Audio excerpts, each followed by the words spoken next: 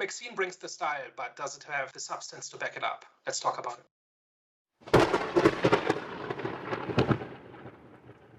Hello, everyone.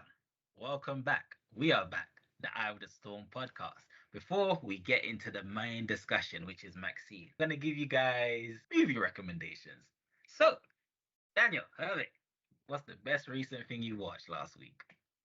So the best thing I watched was Fright Night, which is a 1980s horror comedy about this teenager who comes to believe that his new neighbor is a vampire, and then things spiral out of control from there. It's a classic of 80s horror movie, and it should be right up my alley. And I tried several times to get into it, and I always bounced off of it. And this weekend I tried again, and this time it clicked for me, and now I adore the movie. It's just a really good light 80s horror, right? It's not really scary, but it's basically a good creature feature that kind of goes through all the different vampire tropes and puts them into 80s suburbia. Actually sounds like an interesting premise, to be honest.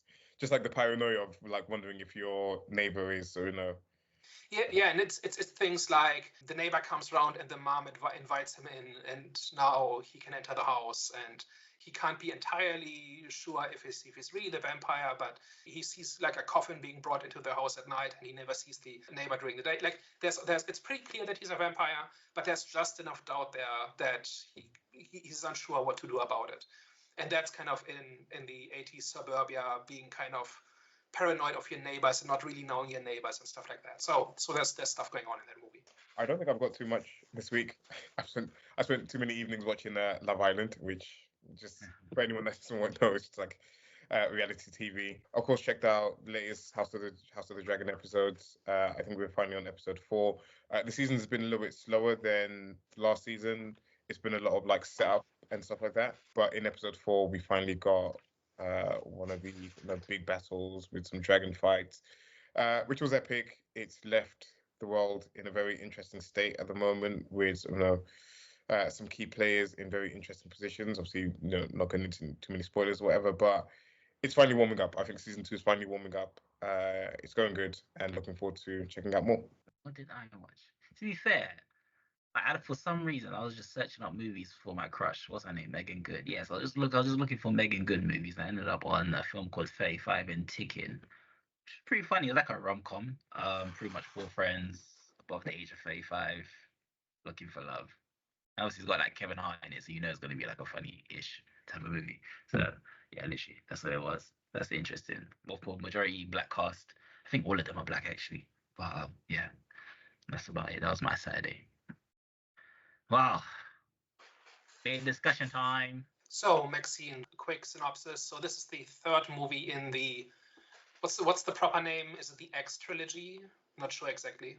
The trilogy, which is I'm still a bit confused on, like, I understand the connection, but I don't understand the connection at the same time. It feels like it's different universes, but that's a conversation for another day. But sorry, yeah Daniel. So whatever its proper name is, it's the Ty West slasher trilogy. The first part was X, second part was Pearl, and now this is MaXXXine. I think it's mostly a sequel to the first movie, which follows one of the survivors, MaXXXine, who lives in Hollywood in the 80s, is trying to break into acting, and that is when people around her start being killed brutally. And she's basically trying to land her first gig as a serious actress, while at the same time trying to figure out the mystery surrounding her. And the whole thing is basically it's basically an homage to very sleazy 80s slasher movies. It's very grimy. It channels that vibe very effectively, I think. So what are our overall impressions? Infamous to famous, coming with a bloody trail is a good way to describe this film. There were some problems I had with the movie in terms of like the way Christianity's influence on this film, and the cult. The mixture of the two felt a bit. I don't think it was fully fleshed out, especially with her dad, because it didn't really seem like his motivation didn't really make sense. Obviously, of course, you had the cult and Christianity kind of being entwined into one, so that I didn't really feel like that was kind of fleshed out properly. But besides that, I did like how they were trying to convey, the saying that, I don't know if it's an actual saying, but Hollywood comes with blood, right? So I kind of liked, especially there was a scene which I really liked where it was pretty much showed that in terms of Hollywood comes with blood later on. But in terms of like the film itself, I think it's an all right film. I think it's been an all right experience I've had with the whole franchise, because I've seen all 3 movies. So yeah, I've had like an alright experience. I think it's more so the performance which is the highlight of this movie for me. Like what's her name? Pearl's actor, Maxine's character, what's her name again? Mia Goth. Yeah, her performance is amazing. Like when I found out she was actually British, and the accent that she pulled off in this movie is amazing. I did not know she was actually British. She sounds like Queen Elizabeth, like literally. But yeah, I think it's more so for me is the performance of the movie than the actual story itself. The story is all right. It's very sexual and graphic and gory and like slasher vibes. It's all right. It's all right. I liked how they conveyed in terms of like the life of of being an actor. Just Hollywood comes with sacrifice, big sacrifice, and obviously of course it's exaggerated, but it does play around with the rumors that have been circulating for years when it comes to this type of lifestyle, that type of industry, like the Illuminati and just blood sacrifices and murder, death, sex, and drugs. It comes with all of that. So I think that was conveyed all right. Can I say it was conveyed all right? But I could see the conveyor that they were doing throughout the movie, which I appreciate them for. It was I've had an all right experience with this franchise. It wasn't bad. It was above average. So I think I was happy. I was content with this film. Um, I think I enjoyed it. I think I actually really enjoyed it, to be honest. Despite the third act being a little bit of a mess for me, overall I did enjoy the movie. Like you said, the performances were really good in this. I really like the 80s style in this. Sorry, just to kind of cut you, I think A24 style, like the aesthetics really look so nice. I don't know if you've seen A24 movie. Is it A24 or A24? Yeah, yeah. They're just the movie look. It just looks amazing. Usually they have like that old VHS 80s type of look with their movies. But yeah, sorry. Yeah, no, I think they portrayed it really well in this movie. I like the kind of like themes and the messaging behind it, and just kind of like a quick upfront. I've actually not watched any of the previous movies. Shock, I'm not too big into like horrors or whatever. Prior to sort of doing this channel and being forced to watch one too many horror movies, but it did make me want to check out some of the previous movies in the franchise actually, just more so some of the themes around needing to be a monster to survive in Hollywood, and I think there's lots of really interesting bits in this movie, which kind of like touches on that, and just kind of showing people's desire and what people are willing to do to be within Hollywood. And from what I've read, it seems like it's a continued theme from all the previous movies. And you guys might have a different opinion on that, just because obviously you guys have seen it and I haven't. But it seems like from what I've read about the previous two movies, I didn't get a chance to watch it, is that it seems like it's been continuing that theme from X to Pearl to MaXXXine, and the director or the writer has something clearly that he wants to say, which I appreciate in movies. So without without going too deep into it, prior to the spoiler section, I think I enjoyed it overall. It's really made me want to actually check out the franchise even further, and I think we'll get into it a little more in the spoiler section. I just want to say quickly, Harvey, when you do watch the franchise, let me know what's going on and what the actual connection is. Because Pearl is a film which kind of gets me confused. I don't know if it's actually the character, Maxine's character, or if it's the old lady that you'll see in the next movie. So yeah. For me, I think the atmosphere is really the movie's strong suit, right? It really paints this picture of the sleazy 80s. And for the opening hook, I was going to call it the second coming of Showgirls, which I think would have worked as well. I don't know if either of you have seen Showgirls, but it's very similar. It's also about like a young actress trying to make it in Hollywood, that sort of thing. And I was really on board with Maxine's journey about trying to navigate all of these minefields of just living in Los Angeles and trying to break into the movie industry and being pursued by a serial killer. Like all of that happening all at the same time, and the paranoia and the kind of stoic determination that she has, I think really worked for me. In the second half of the movie, I thought the plot really fell short, where it basically doesn't explore its themes or its ideas very much and kind of just names a bunch of stuff or references it, but I don't think gets into any kind of depth or substance with it. And I'm sure we'll talk about that in the full discussion, but I think it mentions a whole bunch of topics such as the sleaziness and exploitation of Hollywood and the ruthlessness with that you need to succeed in all of that, but it doesn't actually tell a story about those things.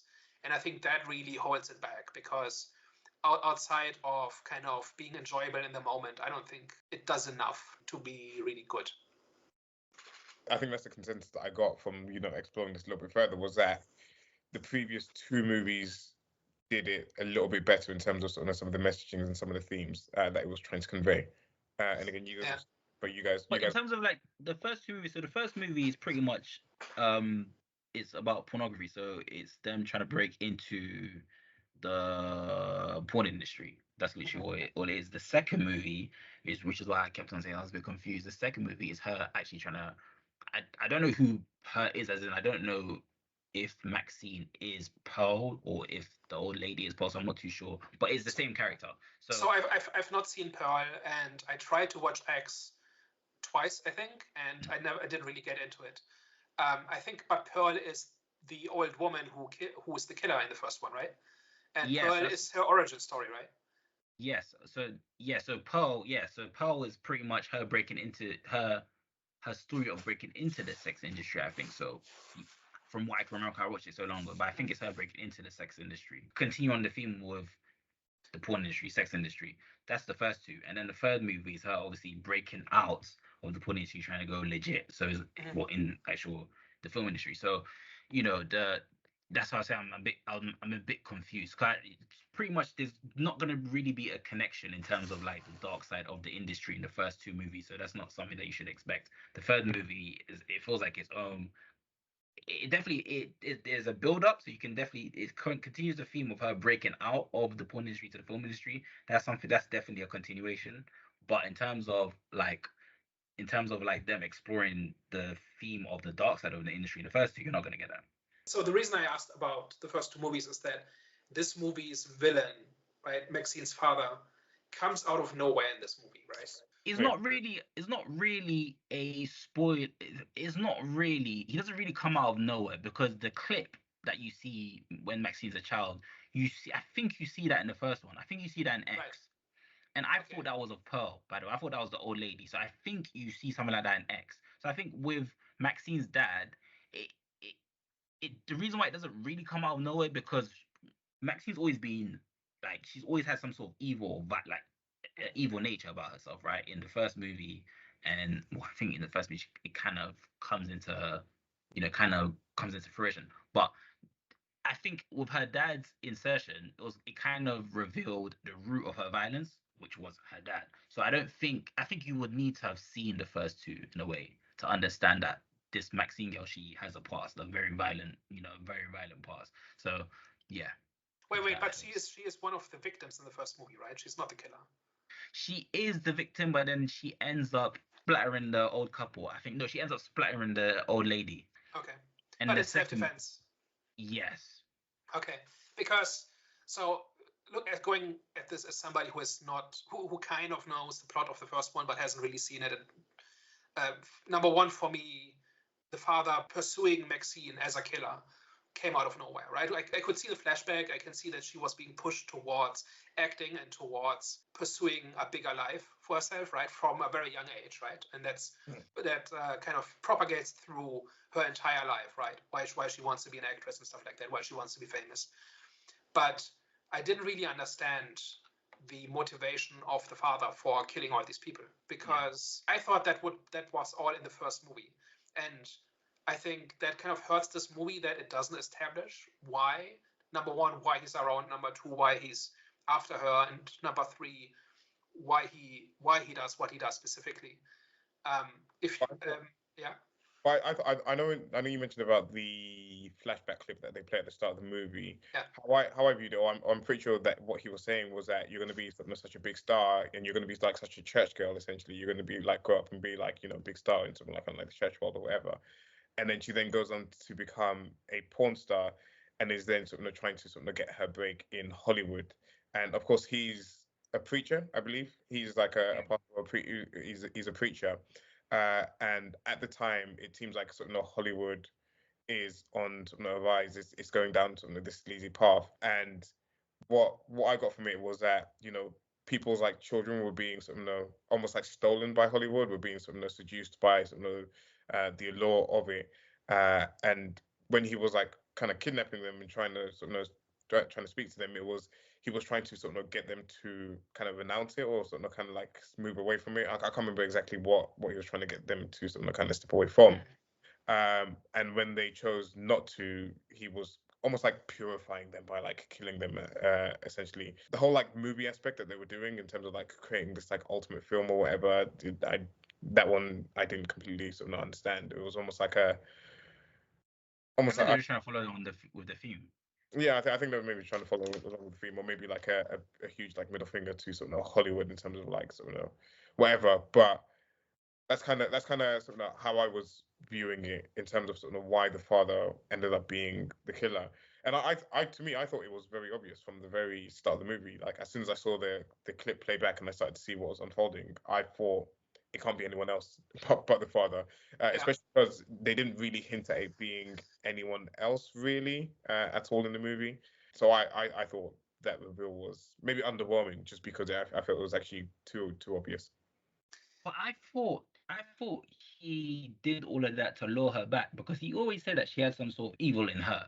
And remember the scenes where he was pretty much stalking her, especially the scene where he was watching her in that little booth where she was doing the whole, shaking of the body, serenading and all of that.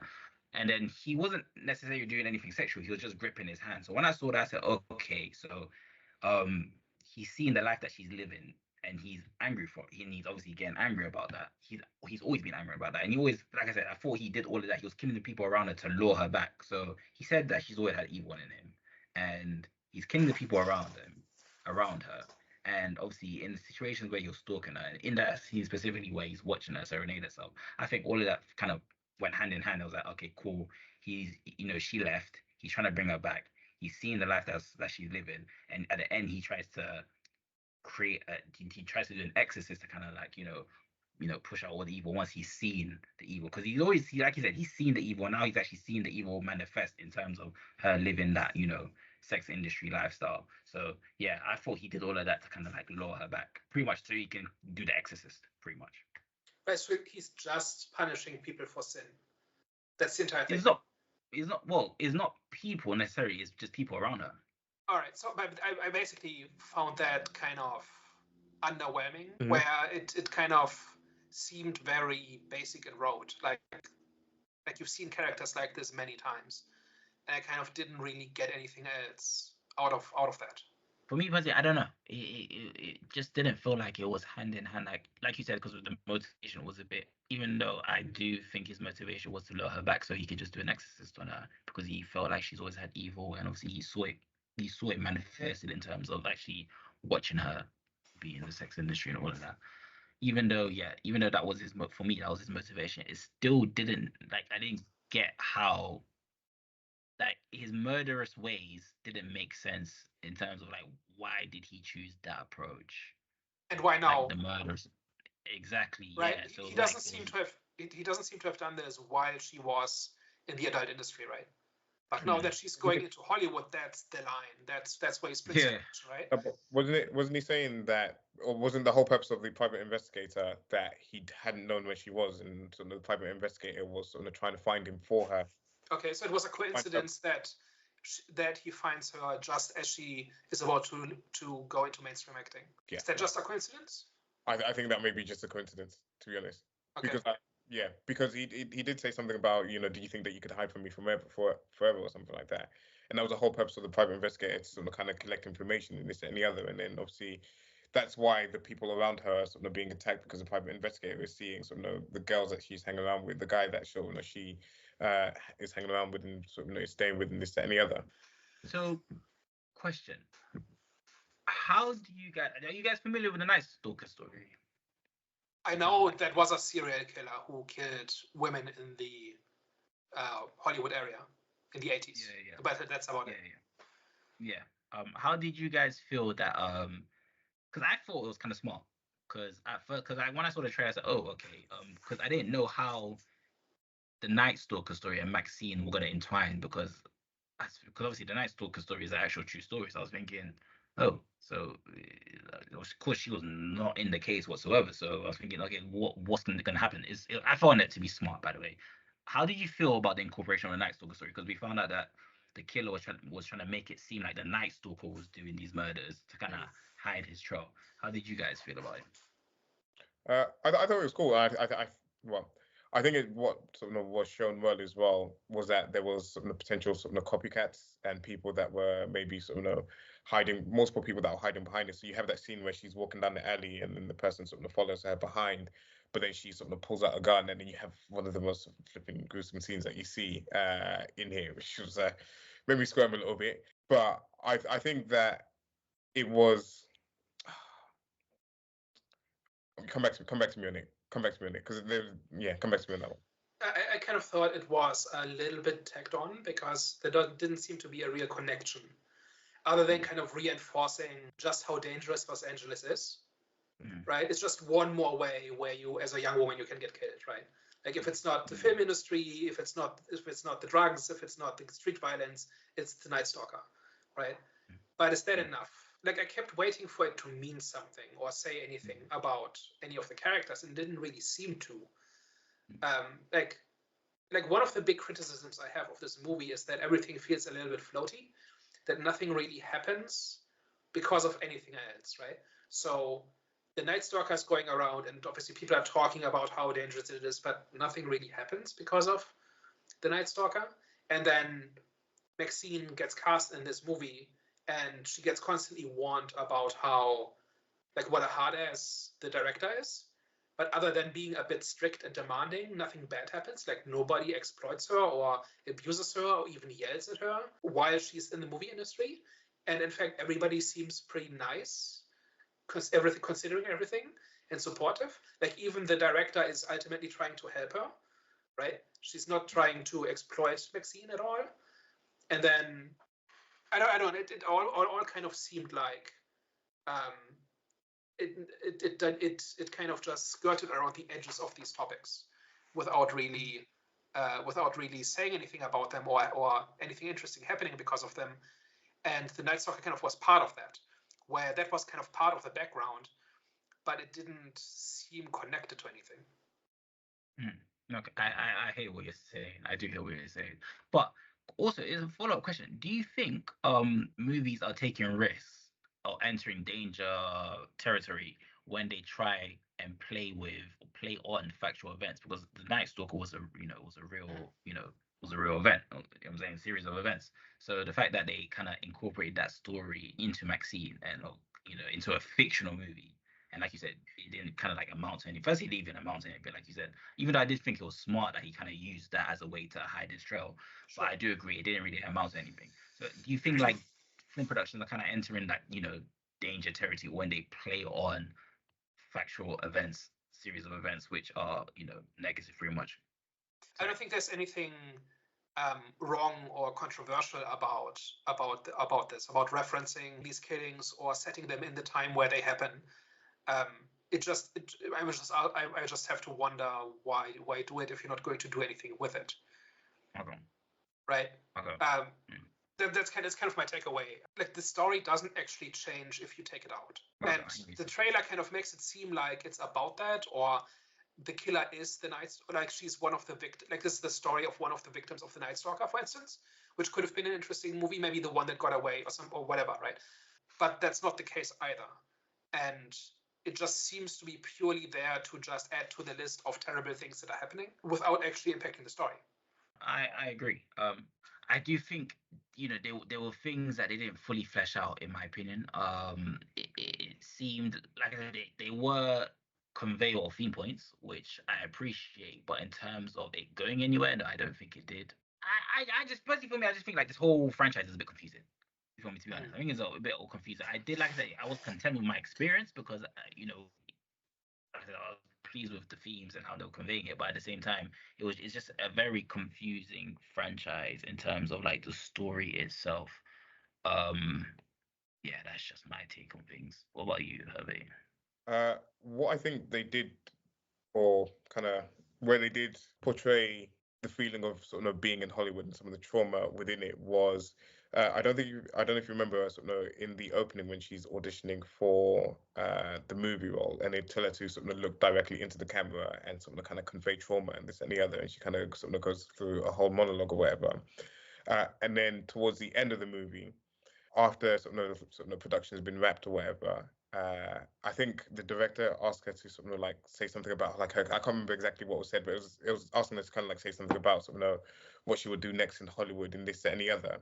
And then again, it's the whole sort of looking directly inside the camera, and this is after she's lost all of her friends, she's lost the guy that she was with, this and the other. She's lost her father, and it's almost her it's her describing about continue in Hollywood, wanting to continue, progress, be the biggest star or whatever. But then that's also the trauma of being in Hollywood is maybe that feeling of being trapped and having to kind of continue despite everything that's kind of going on in your life. And again, with the director, there was that one scene where it was just after her friend died, and I think she was late, and the director said to her, "Don't be late again. Like, you won't be on this movie." Whatever, like disregarding everything that. I mean, the director probably didn't know, and maybe if she said something, it might. But it was she couldn't feel like she could say or whatever. But she also didn't ask, right? She didn't ask, "Why are you late?" Yeah. And then the answer is, I was at the morgue identifying my friend's body. Should have been a valid answer, but she didn't even. The conversation didn't even go that far. Yeah, it was a case of like, if you're late again, you're out of this movie basically, and you won't be the star. I actually felt that scene, by the way, because while I worked in like TV film industry, right, and while working in there, being late was like a big thing, and like the way that they would kind of like convey their feelings towards it, and like they would say stuff like, "Oh, if you're late 3 times, it doesn't matter what. If you're late 3 times, you're pretty much gone, right?" And they'll say stuff like, "It doesn't matter what the reason is, just get here on time. You could always find a way to get here, right?" So I actually understood that scene. I pretty much agree. I liked how they shot that scene, because I say that's actually pretty accurate. Like the industry, they don't really care about what you're going through. They just want to get their project. Just want to get it done. Yeah, I think as well it speaks to the ruthlessness of the industry as well, in terms of the show goes on, like with or without you, the show's going to go on, no matter what. And also, when they were talking about I'm trying to remember the scene where I think there was like a girl that was like kind of like performing or something like that. And again, it's just before the scene where she looks directly into the camera towards the end of the movie, where they say, "Oh, what happened to such and such?" And it's just very dismissive in terms of like, "Oh, she was never going to be a star anyways. Like, forget what even happened to her, or whatever. Like, you're the main attraction here. You're the big star." So I think it does well to speak to some of the ruthlessness of the industry. Did this movie make any of you guys raise any questions about the industry that maybe you already like? Maybe you're just I'm pretty sure you're familiar with the whole Hollywood is dark, right? But did this kind of like add to fuel to the fire in terms of Hollywood pretty much, and the treatment of actors, and just treatment of people in Hollywood, and pretty much the dark side of the industry? I actually was pretty underwhelmed about that. Like we just talked about an aspect where that rings really true, but I thought if that's as bad, like according to this movie, that's as bad as it gets, right? That you are disposable, and if you are late too often, doesn't matter why. But other than that, it seems to be pretty professional. Everybody seems not exactly polite, but mostly professional, right? And I was kind of expecting more to happen, where just people would treat MaXXXine just poorly, and that never really happened, right? Like the director Elizabeth Bender is really blunt and to the point, and doesn't really care about anything other than getting the project done, right? But she also doesn't abuse anybody, right? Or like that's at least how it came across to me. Oh, I didn't see any. And I was kind of expecting more of that, right? Especially because that's like what's your verbally abusive? Abusive or just blunt? To be fair, like I'd say back in the day, maybe it would have been considered as blunt, but the way society is now, I'm pretty sure they'd report her to HR. For what specifically? Just like I said, I felt remember the scene where the actor asked her, the blood scene, where the actor asked her how she was doing or something like that, and then her response to them. I think she said something about how she pretty much was saying how she was terrible, right? In that scene. I don't know if it was in that scene or just in general, but she was pretty much saying she was terrible, right? Like, I do think, like I said, in today's society, I would consider that verbally abusive. I wouldn't necessarily bother me, because like I said, I do agree that would have been just blunt. But what people complain about nowadays, bro, I'm telling you, a lot of people will probably refer to HR for the, Sure, her treatment. but this is the 80s, right? And if you want to showcase how abusive and uncaring and dehumanizing Hollywood is, I was kind of expecting more. Didn't they do that in the first scene, though? In the audition, when they asked her to show her breast? Yeah. I mean, yeah, sure, yeah. But that was also very clinical and, I don't know. But that's the worst that happened, right? Yeah. I don't know. I guess I was just expecting a little bit more, and especially considering how central of a theme it is. Like, the entire movie is supposed to be about that. Like, about Hollywood being sleazy and exploitative and all of that. And for that, there was relatively little of it. Like, there were like a few people, like for instance, the security guard who recognized her from the adult movies, but even he wasn't that creepy, right? He didn't actually do anything inappropriate other than mentioning that he recognized her, right? You could have written that scene a whole lot more sleazy, right? And it seemed like a lot like it was either pulling its punches, which seems a weird thing to do for this kind of movie, or it was like it didn't care to go into more detail. But then again, we have some really gruesome graphic scenes in this movie, so this doesn't seem to be the kind of movie that shies away from depicting unpleasant things, right? Mm-hmm. So I guess that's kind of where my confusion comes from.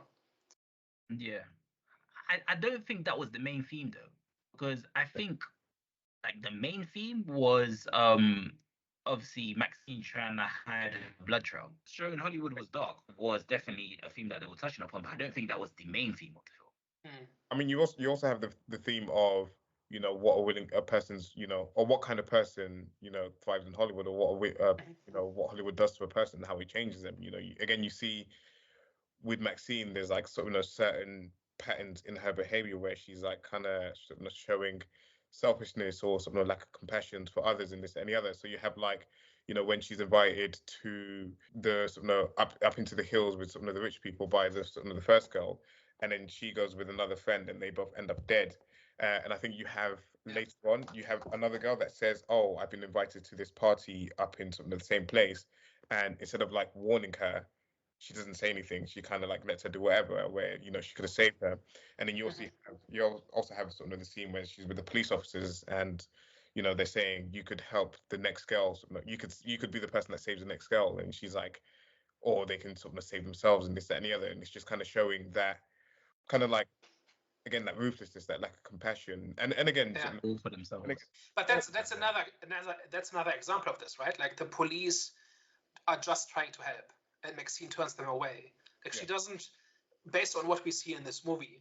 Like, I can buy that she has had bad experiences with other police, right? Yeah. And she says as much, kind of, I don't talk to cops and stuff like that. But we don't actually see that justified in this movie, right? All the police we see in this movie are just trying to help and just trying to solve the case, and they're being rejected by Maxine, right?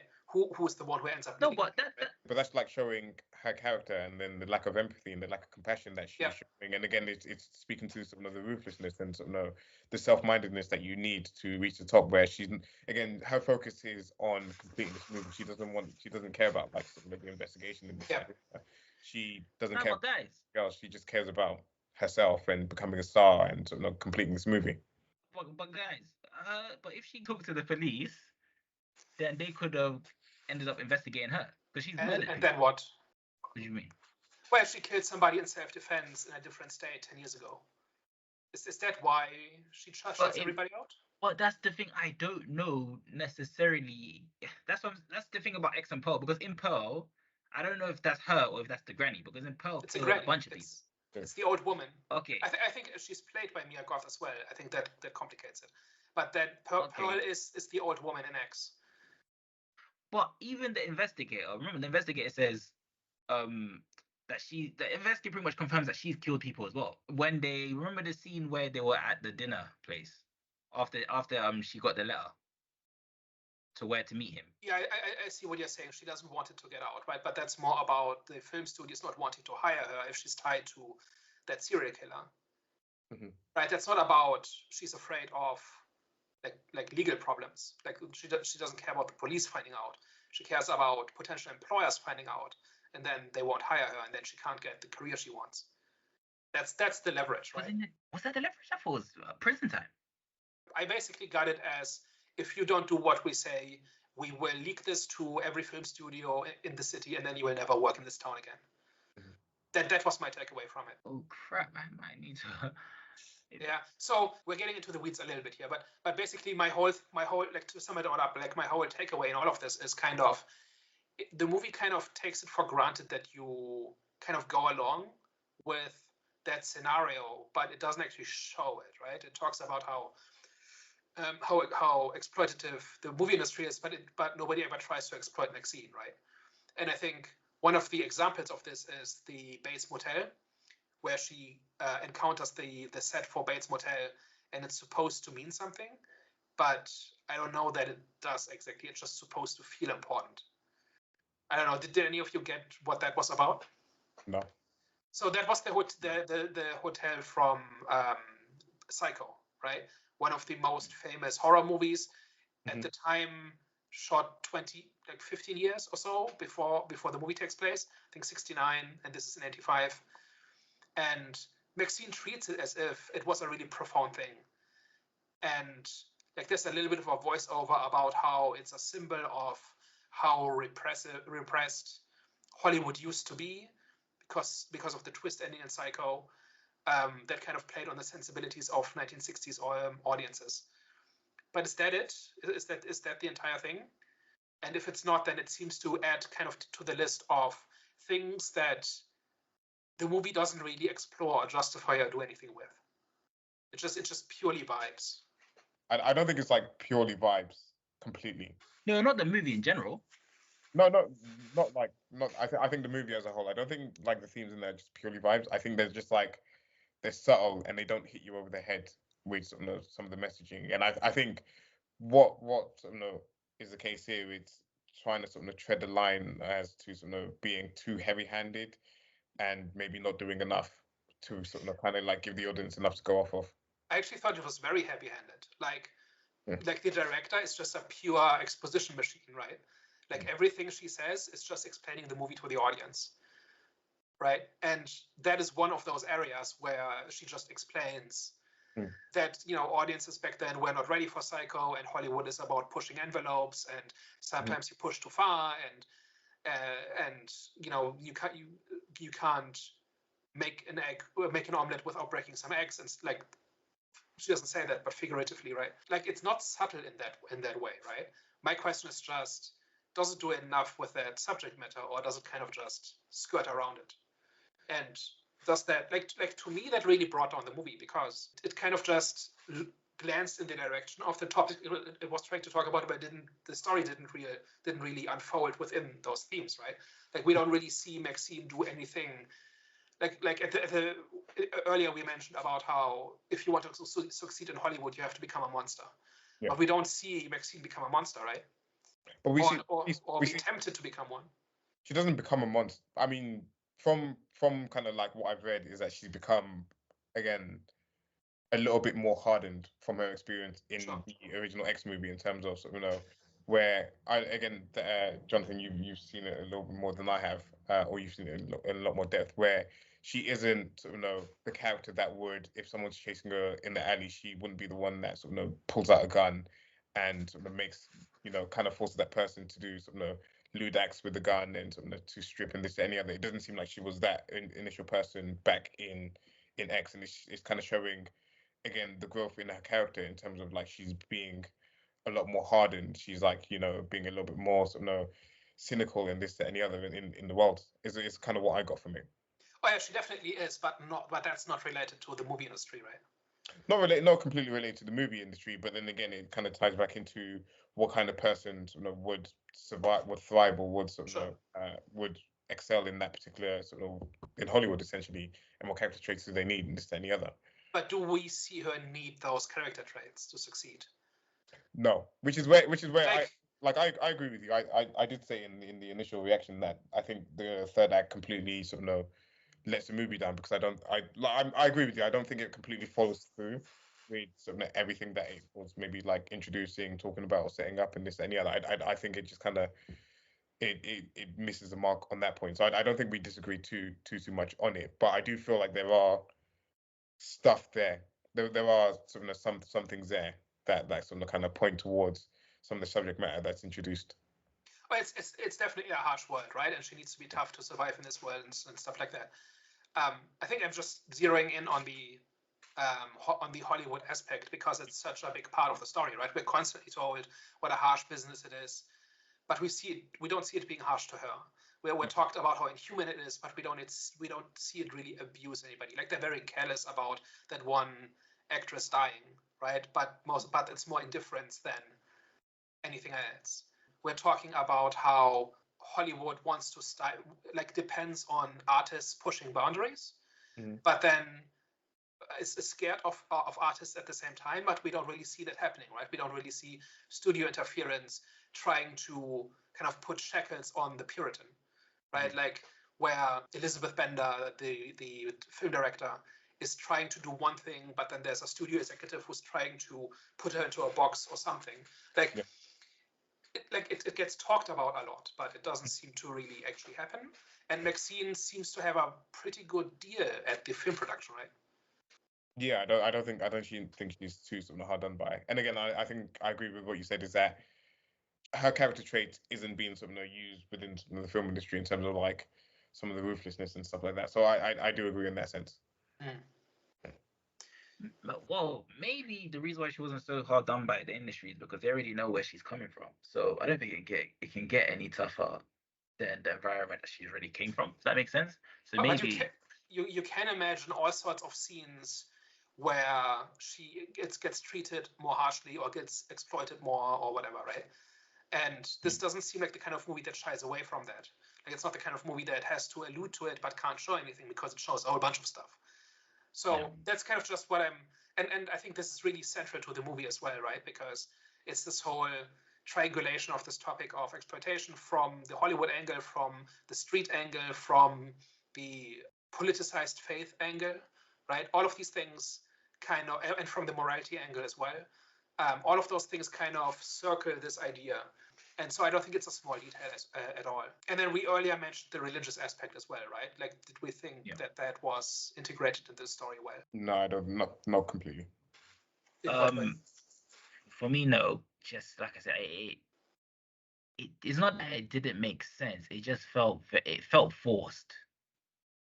Forced? It felt forced.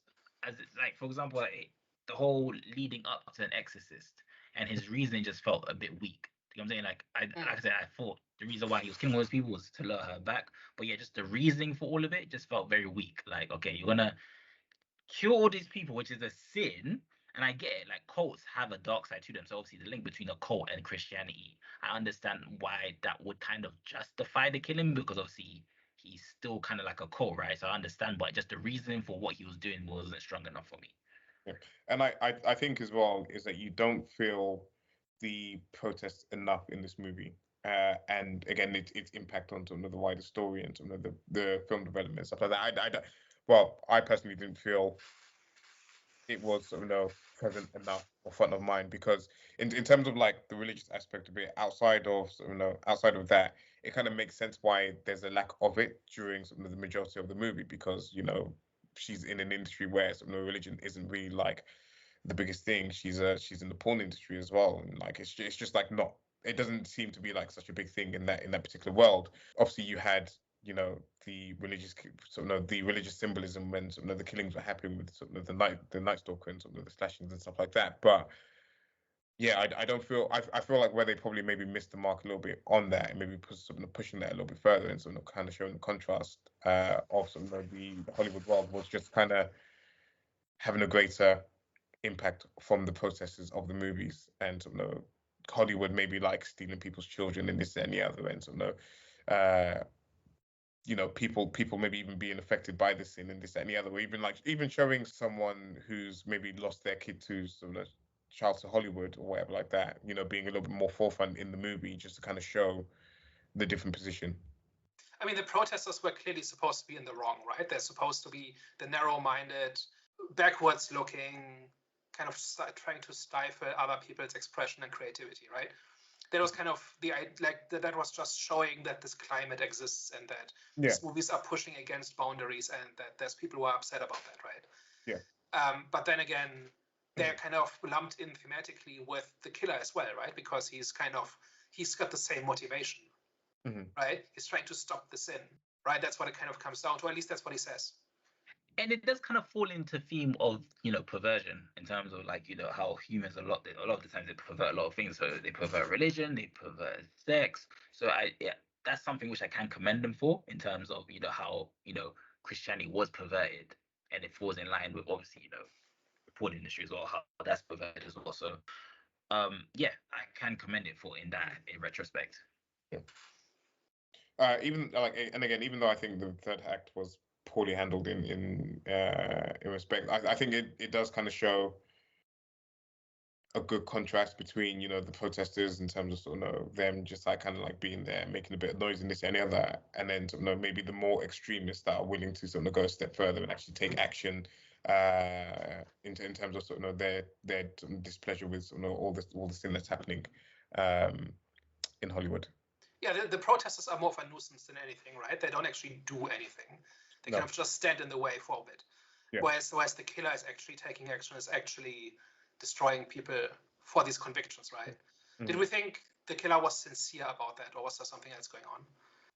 Because again, I've not seen X, right? I don't really know what the actual background is. But if you kind of take what the killer's monologue at face value, it seems a bit self-serving and a bit like a performance. But I don't know enough about the character to know if he's sincere in that, or if it's a pretense for something else. Like if this is just personal and he's just looking for a way to express that, or if he's really just trying to put an end to the sin. I just think he's just mentally unstable. Like I said, his motivation didn't seem real enough. I think his introduction into this film, his pretty much his input into this film was kind of just to show where the root of MaXXXine's evil, where that kind of comes from. Because remember even the scene where they were face to face, and then they're having that little heart to heart before she blew his head off. Said something about it's not your fault pretty much saying it's not your fault for the way that I am, or something like that. So I think in terms of if he was being sincere or not, I think he was just mentally unstable, and he was just it was just a dysfunctional family. He was just there to kind of like show where the evil behind MaXXXine came from. What you said, where the evil behind MaXXXine came from, what do you mean by that? You know what? I think you guys need to watch X and Pearl, because it's hard to talk about this movie without having done that, right? Which kind of goes towards like that it's hard. Like this movie relies a lot on having seen the other movies, but it's also not direct. Like it's not X Part 3, right? That makes it a weird, like sort of semi-sequel kind of thing, and I understand it's intended as a conclusion to the trilogy. But I think a lot of people are going to see this movie not having seen the others, not being aware of the connection, right? And and at least in the first 2/3, the story seems to work as a standalone, right? At one point she has a traumatic flashback to the events of the first movie, right? But you can get from context, okay, she survived some horrible things, a traumatic thing that is stuck with her, and that she's bottled up deep inside in order to move on with her life. But you don't really need to know at that point all the details of what happened, right? Other than she has had a traumatic experience and she's tried to move past it, not really successfully.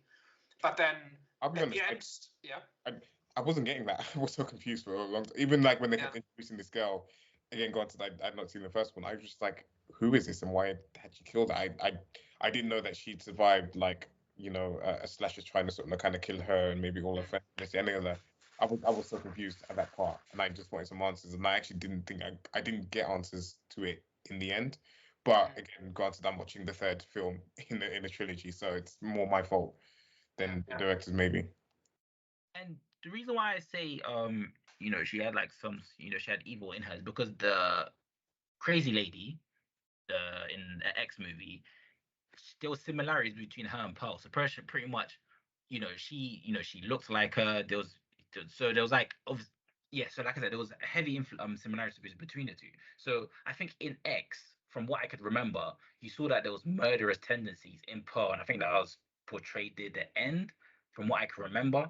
So that's why I'm saying, like, her dad, you know, was pretty much doing this. Her dad was the manifestation of her evilness. So yeah, that's why I said that. But I'm still confused with whether or not Pearl. So Pearl is pretty much the old lady. Okay, cool. Sorry, because I'm just trying to link everything together. That's why I sound very discombobulated.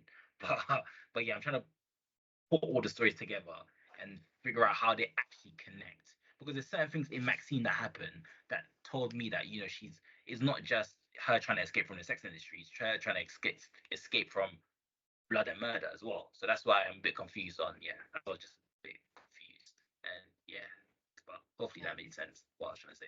Yeah, but what I was getting at was that, like, it's clear that something like that happened in her past, right? But then the killer just seems to come out of nowhere. It's kind of my thing, and I'm not sure how much that makes sense, even if you've seen X.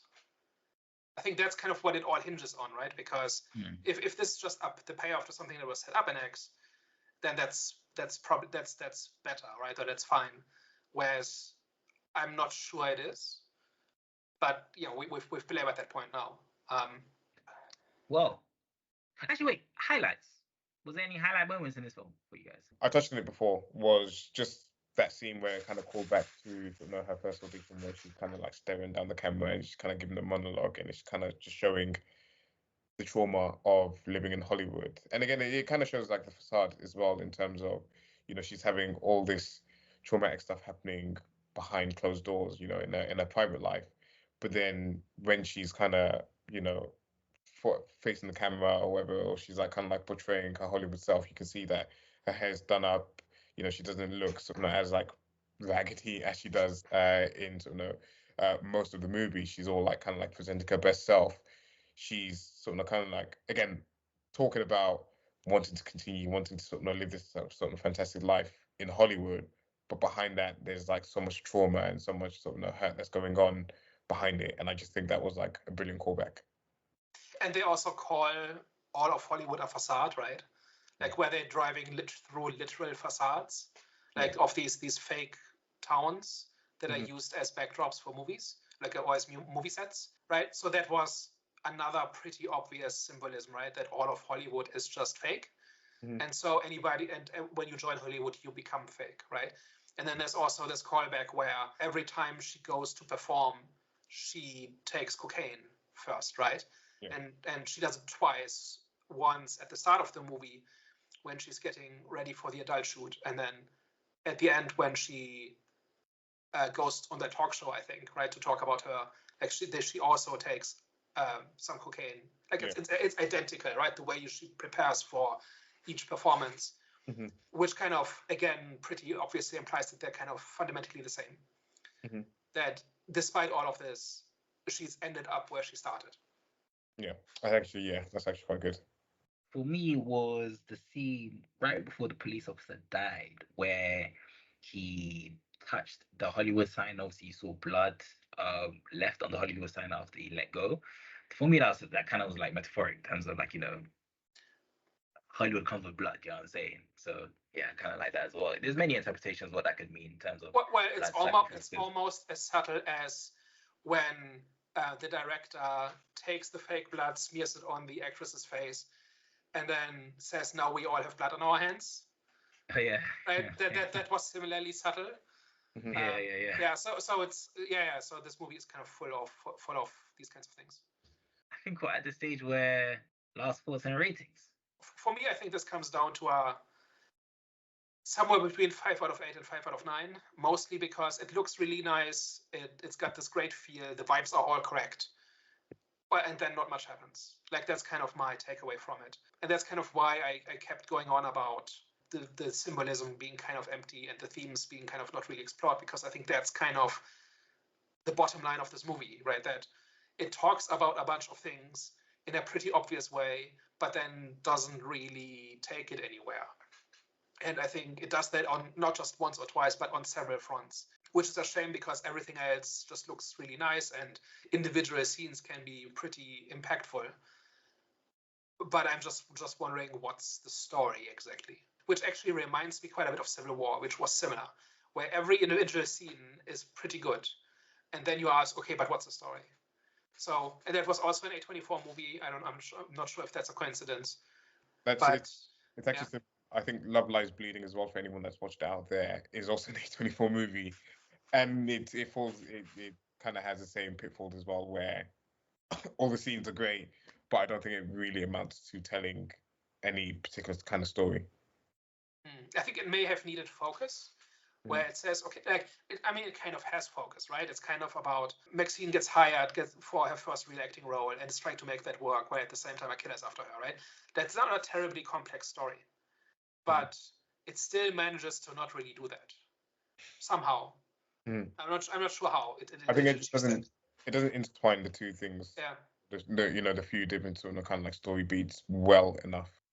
Well, for me, I think this was a confusing but good end to a series. Well, in terms of MaXXXine Pearl X, what my flipping name is. In regards to her story, I think it was like I said, it was a good ending, a content ending for me. I liked the themes that they touch upon to kind of like show the dark side of the industry, as well as try incorporating that with MaXXXine's story, and just how she kind of dealt with it and how she kind of moved, just how she moved in the industry, and just her conveyor of her representation and conveyor of what it's like to be an actress in the industry. Of course, it wasn't fully fledged out, and she wasn't received, like we did touch upon points that Daniel, you mentioned that she didn't really receive the type of abuse that you thought she would have received, especially during those times.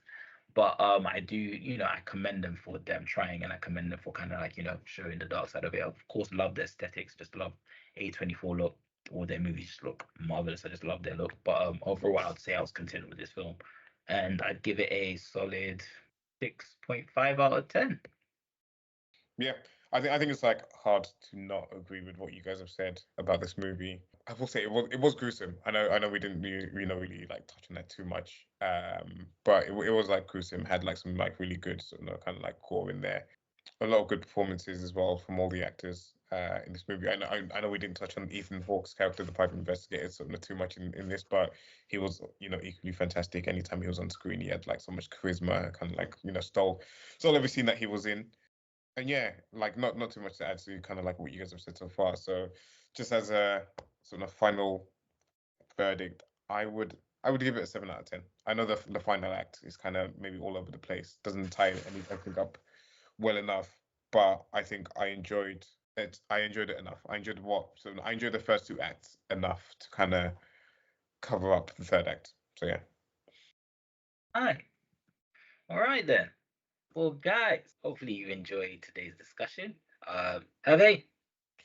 Yep. Don't forget to like, share, subscribe, run up the algorithm for us to make sure that you're engaging with us so that we can reach new audiences and continue to grow.